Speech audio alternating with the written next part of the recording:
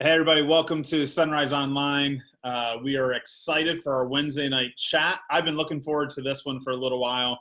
I have Pastor Josh, he's over there, Pastor Josh with me, and we are going to be talking about the reopening process for Sunrise on June 21st, which we're really excited about. I know Pastor Josh is super excited about as well, but we just kind of want to walk through and talk about what we've done over the last few months, but also what's coming up. So just so you know, I got to brag on Pastor Josh. Josh shifted gears. He is our next gen pastor, family pastor, all sorts of badges and titles, working with our kids and our teens. And overnight, when everything hit, you shifted to be our IT guy. That's I don't know if that's an upgrade or a downgrade, but no, seriously, if you're enjoying any of our online content through this time, it's because Pastor Josh has put a ton of time, a ton of energy into both the work of it, but also learning it. So, Josh, first of all, thank you for all that. I have no idea what you're doing. So thank you. But neither do I, so that helps. so share a little bit about what these last few months have been like for you working here at Sunrise as things have shifted. Yeah, so shifting overnight was definitely hard. It was a hard transition for myself. Not seeing the kids every week was the hardest because I feel like that was the hardest hit ministry, trying to stay connected with the children. So then immediately we went to online services with video. So that was going on YouTube, learning how to use editing software, working through transitions, getting worship sets downloaded. So that was an exciting time. And then also we launched our students online. So that was new in itself. So thankfully our kids were already engaged through school with Zoom and doing online learning with the distance learning, but then we quickly realized they were zoomed out after being in class all day online. Going on to a Zoom meeting wasn't the best idea, but we did the best that we could, engaging them, connecting with them, praying with them, and that's been awesome. Yeah, those Zoom calls, it's like virtually herding cats. I can't imagine what it's like with working with the teenagers on it. Oh, it's great. But guys, Pastor Josh was doing like silly games, like it was like youth group online as much as it could be. So I know they enjoyed the kids that have been able to engage with that. And then last week, no, not last week, 2 weeks ago, we did a special Wednesday night chat with you and Miss Connie Lou and Grumpy.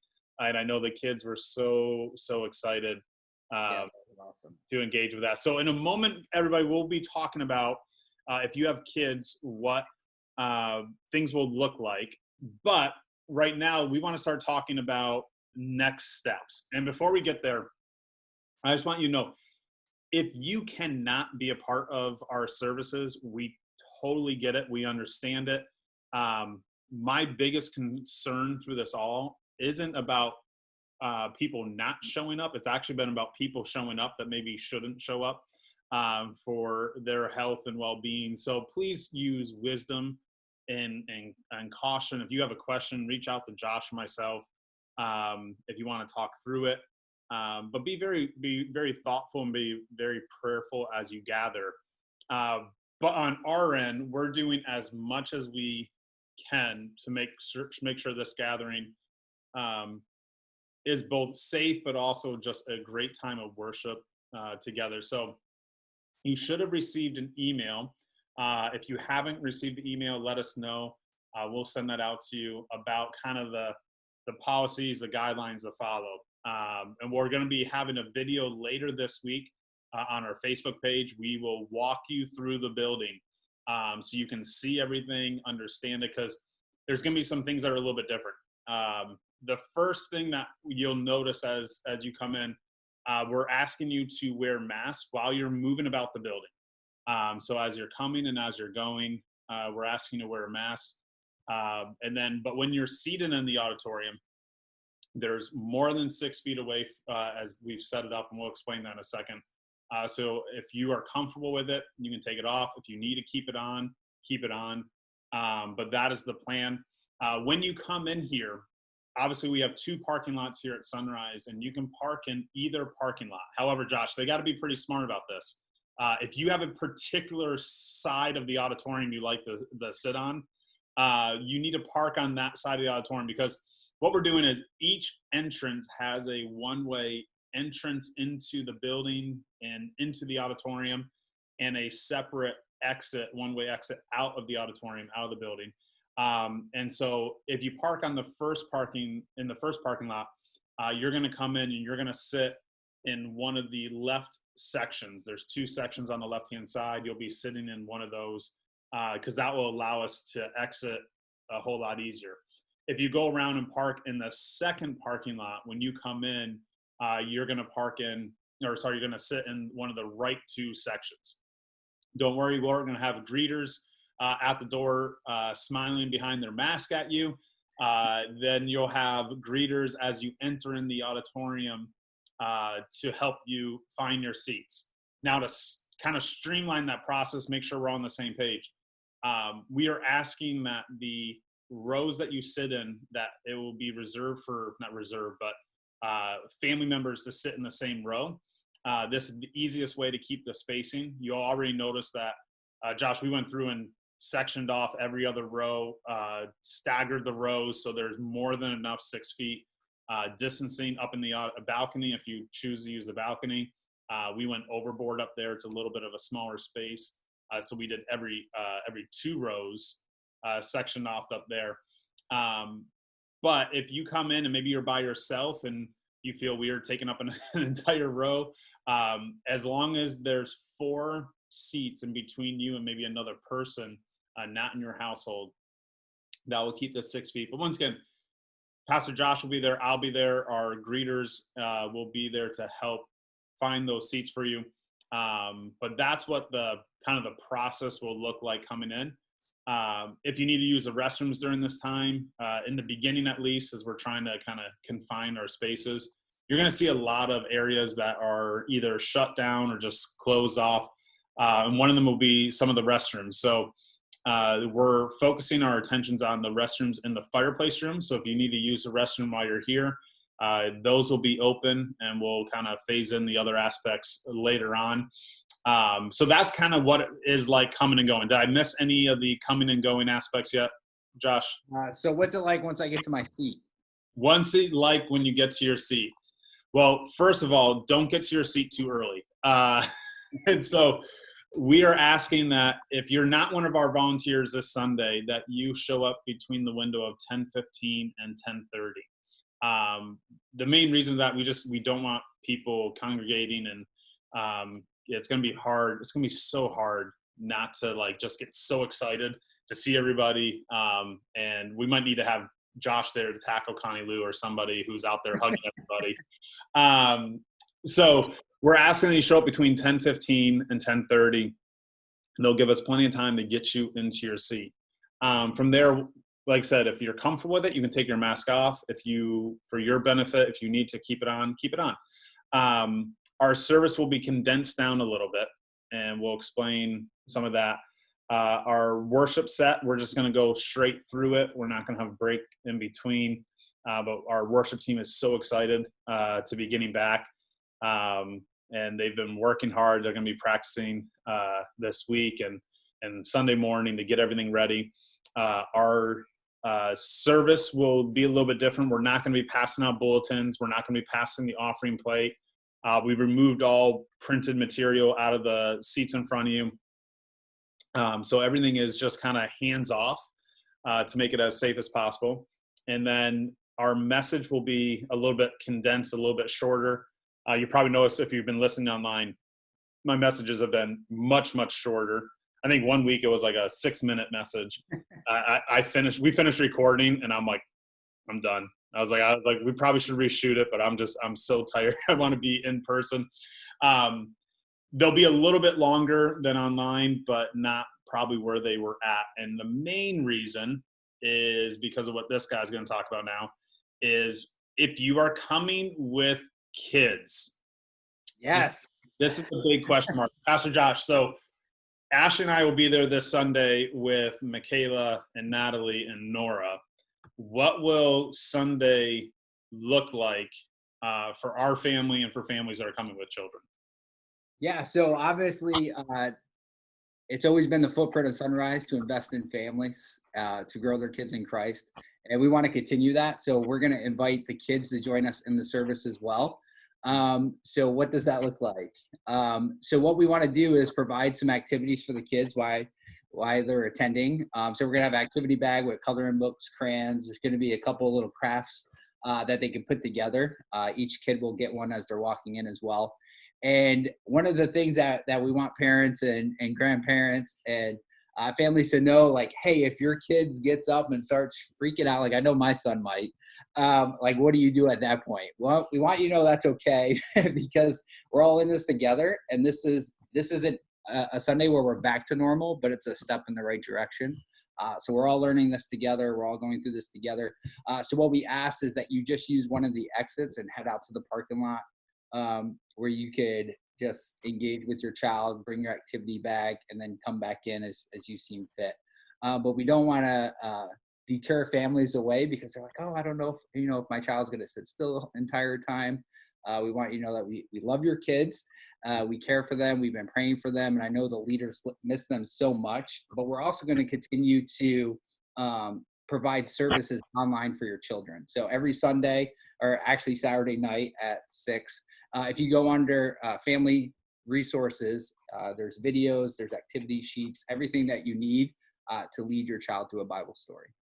Yeah, and church, one way to help with this, particularly if you don't have children with you on a Sunday morning, give grace right now, because it's like coming on an airplane with your kids, right? When we fly with our girls, especially now that we're outnumbered, it was a little bit easier when we would travel, and I was like, all right, divide and conquer. Ashley, you get one, I get the other. Now we're outnumbered, and poor Ashley is going to be outnumbered because she's going to have all 3 girls by herself during the service. And so there's that, like, I'm sure there's some parents who are a little bit stressed by this, but we're a family, and part of being we say it a lot, part about being a multi-generational church isn't just focusing on the generations that are adults, but recognize we're generations that are babies and toddlers and kids and teenagers. And so think about your Thanksgiving dinner. It's a little bit crazy. Sometimes you gotta calm things down. Sometimes you gotta be a little bit patient, and that's kind of what Sunday morning is going to be like for a little while. And you're right, Josh. We don't want parents feeling like they can't come because they're concerned what others are going to think. We understand if parents aren't comfortable yet. Totally understand that.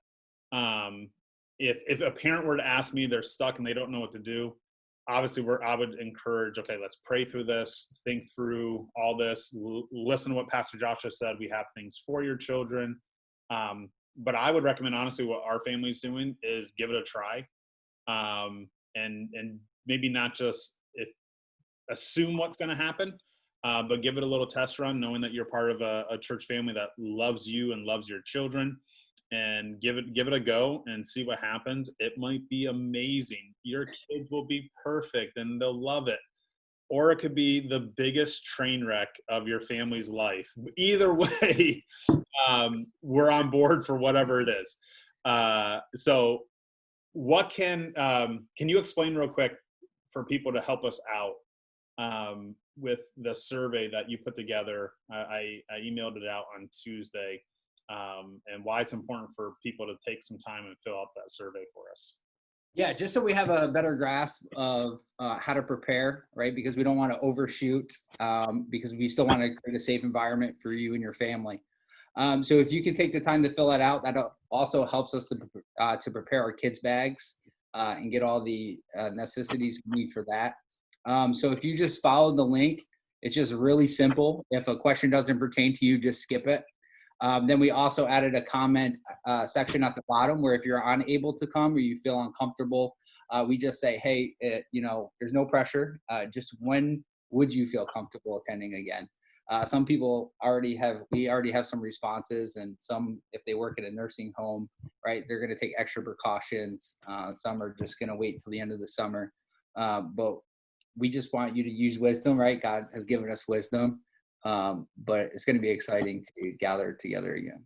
It is, and the information, it just helps us, and so it really does. We appreciate you filling out. We did one probably a month ago to get a feel for what people were thinking, and that information helped us make this decision to open.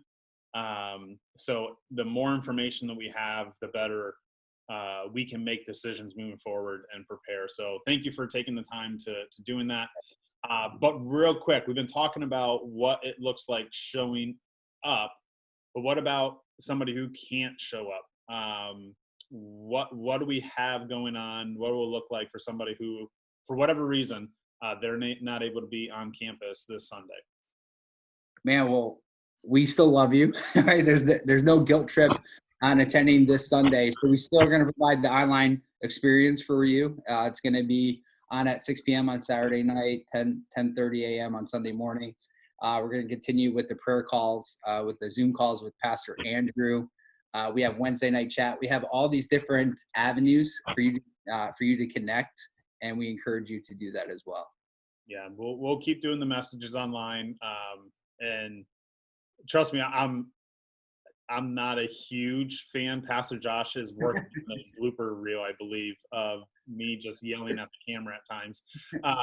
I'm so over preaching to a camera. However, it's what we need to do right now, and we want to make sure that regardless of what your ability might be to attend, that we're able to continue to feed your soul, to encourage you to a deeper love and relationship with God, greater understanding of His Word, and so we'll keep doing that as long as we need to, and that's fine. So that everything will look the same then, and poor Josh will continue to edit, and continue to do all the work behind the scenes to make that happen. So that's what it looks like. Give one another grace during this time, and be patient. And in particular, let's be honest, I think everybody has a different reaction and feeling about what's going on. Some people are thinking we are way overblowing it, and then other people are like, you're crazy, and we're all gonna die tomorrow, and we're all kind of in between, and I'm sure as people read through the guidelines, there's things that they agree with and things that they disagree with. But one thing I think we can all agree with is this desire to be together. And so we will do what we can, do the best that we can. And the Bible even calls us, we talk a lot about this, about the one another's. And one of the one another's, obviously it's the love and forgive, but one of them is to prefer one another. And so even doing some things that maybe are a little bit of a hassle or a little annoyance, it's preferring another. And I want to make sure that whatever we can do, it's for everybody who can be able to be involved in it. So we're excited. I am so excited to be together. We miss you all so much. We've been able to see a lot of you on Zoom calls, but realistically, there's so many people we haven't seen their faces in 3 months. Yeah, that's the challenging part. I'm curious to see what happens in these 3 months. Like if people are going to come back like full beards, we're not going to be able to recognize them. Like we'll see what happens. But we're just so excited to meet back together. So this Sunday, June 21st, if you are able to show up between 10:15, 10:30, we'll get you in the building. There's arrows on the carpet to follow. There's plenty of information out there. We even printed out signs that remind you to wash your hands. Like anything and everything we can do, we're trying to do it. So we ask for, if you're able to be a part of it, be gracious, be loving during it, and come be excited to worship. If you can't be here, know that we love you, know that we miss you, we're praying for you. If you need anything at all, please reach out to Pastor Josh, myself, one of our deacons. Our deacons have been incredible through this. You don't hear a pastor brag on deacons too much, but our deacons have been amazing servants and servant leaders through this. Them and their wives have just been outstanding. So if you need anything at all, reach out to any of us. We'd love to be able to help. But we look forward to seeing you, if you can be, this Sunday, June 21st at 10:30. See you guys.